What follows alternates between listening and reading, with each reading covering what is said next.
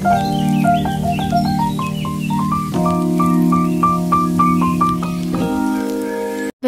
And welcome back to my channel plant spa सकल के Janai good morning. एबार देखाई छादेर अपडेट।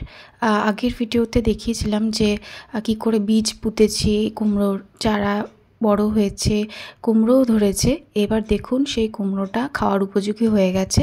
সেটা বোঝার উপায় কি করে, গাছটা দেখুন বড় বড় দশা হয়েছে আর কুমড়োটাও হলুদ হয়েছে আর কুমড়োর বোটাটাও হলুদ হয়ে গেছে। এবার দেখাই টমেটো গাছ। এটা কিন্তু কেনা না, আগের ভিডিওতেই আপনাদের দেখিয়েছিলাম।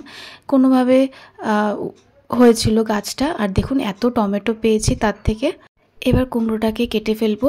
প্রায় 2 কিলো কি 3 কিলো ওজনের তো হবেই আমার অনুযায়ী।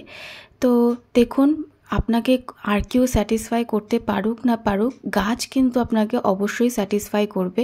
ফুল গাছ ফুল দিয়ে আপনাকে মন ভালো করে দেবে, আর সবজি গাছ সবজি দিয়ে আপনার মন ভালো করে দেবে।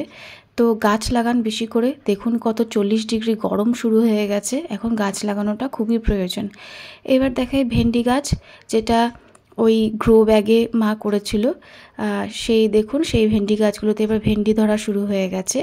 তো সেটা তুলে ফেলছি। খুব বেশি হয়নি কিন্তু তাও তুললাম।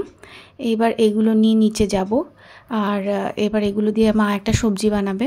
টমেটোটা দেখাই কি সুন্দর হয়েছে, কেটে দেখাই। এটা তো আমি স্যালাড হিসাবেই খেয়ে নেব।